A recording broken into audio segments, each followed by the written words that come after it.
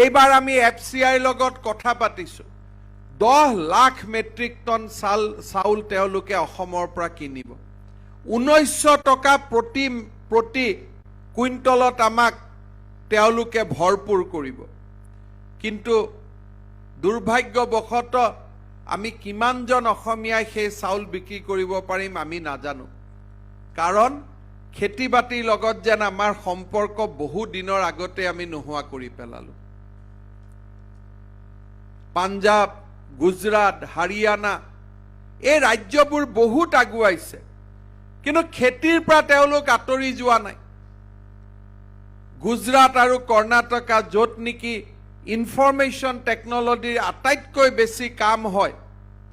য'ত নেকি আটাইতকৈ বেছি উদ্যোগ আছে সেই গুজৰাটে 80 লাখ 1 লাখ লিটাৰ গাখীৰ 80 লাখ 1 কোটি লিটাৰ গাখীৰ প্ৰতিদিনে উৎপাদন কৰে অসমে মাত্ৰ 1 লাখ লিটাৰ গাখীৰ আমি উৎপাদন কৰোঁ আজি মধ্যপ্ৰদেশৰ দৰে ৰাজ্যই প্ৰতি বছৰে 50,000 কোটি টকাৰ ধান FCI দিয়ে আমি যোৱা কেইদিনমান আগলৈকে 600-700 কোটি টকাৰ ধানো আমি FCI দিব পৰা নাছিলোঁ গাহৰিও বাহিৰৰ পৰা আহে মুৰ্গীও বাহিৰৰ পৰা আহে কণীও বাহিৰৰ পৰা আহে মাছো বাহিৰৰ পৰা আহে আৰু আমি কওঁ যে আমাৰ অসমীয়াতকৈ আৰু ডাঙৰ জাতি কতো নাই যি জাতিটোৱে আমি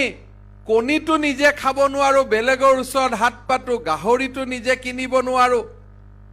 যি জাতিয়ে আমি গাখীৰ বেলেগৰ পৰা নাহিলে গাখীৰ খাব নোৱাৰো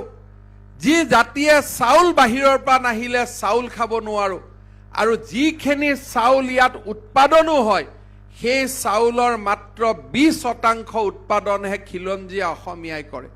গুজৰাটৰ পিছে পিছে আমি যাব নালাগে কিছুমানে কয় যে নাগপুৰীয়া কথা কয় গুজৰাটীয়া কথা কয় আমি গুজৰাটৰ কথা কোৱা নাই আমি গুজৰাটৰ পিছত থাকিব খোজা নাই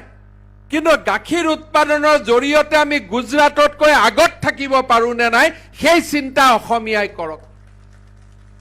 পাঞ্জাবতকৈ আমি বেছি খেতি কৰ্ম কৰিব পাৰিম নেকি সেই চিন্তা অসমীয়াই কৰক